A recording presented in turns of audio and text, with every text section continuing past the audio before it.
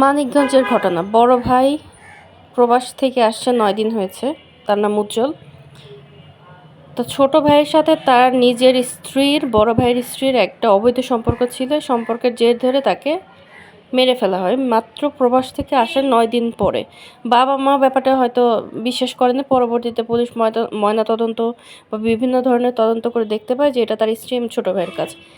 একটা ভাই, সে বিয়ে করেছে, সেখানে তার স্ত্রীর সাথে কথা বলাই তো ইসলামে হারাম। সেখানে সে অবৈধ একটা সম্পর্ক করেছে। শুধু তাই না, সে পর্যন্ত তাকে মেরেও ফেলছে। যেহেতু যে লোকটা প্রবাসে এতদিন ছিল, বড় ভাই, সে গিয়ে ছোটো ভাইয়ের জন্য কিছু করে নাই, তার স্ত্রীর জন্য কিছু করে নাই, অবশ্যই করেছে। কৃতজ্ঞতা বোধ তাদের মধ্যে কতটুকু ছিল চিন্তা করেন, যে একটা মানুষকে তারা মেরেই ফেলছে।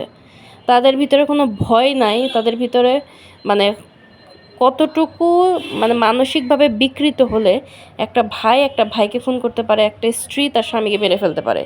কিসের আশায়, কিসের জন্য মানুষ এই কাজগুলো করে? আমি ভাবতেই অবাক লাগে। এখনও যারা স্ত্রীকে দেশে রেখে এসে প্রবাসে জীবনযাপন করছেন, যে দেশে যে আপনি নতুন করে আবার সংসার করবেন, সব কিছু ঠিকঠাক করবেন, সবাইকে নিয়ে ভালো থাকবেন, আমার মনে হয় এখনও একটু সময় আছে। একটু চিন্তা ভাবনা করে দেখেন বাসায় সব কিছু ঠিকঠাক আছে কি না।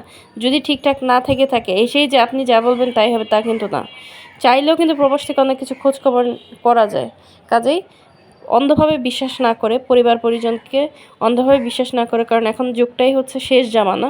অনেক কিছু ঘটবে যেগুলো মানুষ চিন্তাও করতে পারে না। অন্ধভাবে বিশ্বাস না করে অবশ্যই নিজে যাচাই বাছাই করে ওইসব বিষয় হ্যান্ডেল করার চেষ্টা করুন। তাছাড়া আমার মনে হয় না কোনো ফ্যামিলি বেশি দিন ভালো থাকতে পারে যদি না তাদেরকে কন্ট্রোল না করা হয়, বা ফ্যামিলি বলেন, বাবা মা বলেন বা ভাই বোন বলেন, সবাই যদি তাদেরকে না বোঝায়, তাহলে এই ধরনের ভয়ঙ্কর পরিণতি আস্তে আস্তে তৈরি হতেই থাকবে। কারণ এইটা তো আর একদিনে তৈরি হয়নি, বা একদিনে এদের সম্পর্ক তৈরি হয়নি। নিশ্চয়ই কারো না কারো নজরে এসেছে, কেউ না কেউ জেনেছে। না হলে এই ছেলেটা জানার পরেই তো দেশে এসেছে, তারপরেই তো এই দুর্ঘটনা ঘটলো। তাহলে তাদের সম্পর্কটা কোন পর্যায়ে চলে গিয়েছিল বলে তারা এই এই দুর্ঘটনা ঘটাতে সাহস পেয়েছে। এই জন্য মনে করি যে কোনো জিনিস শুরু হওয়ার পরপরই অবশ্যই সেটা বোঝা যায়, কোনো না কোনোভাবে কারো না কারো হাতে তো ধরা তো অবশ্যই খেয়েছে। আমি মনে করি অবশ্যই তাদের মধ্যে এক ধরনের কাউন্সেলিং করা উচিত, তাদের বোঝানো উচিত। যদি না বোঝে তাদেরকে আলাদা করে রাখা উচিত।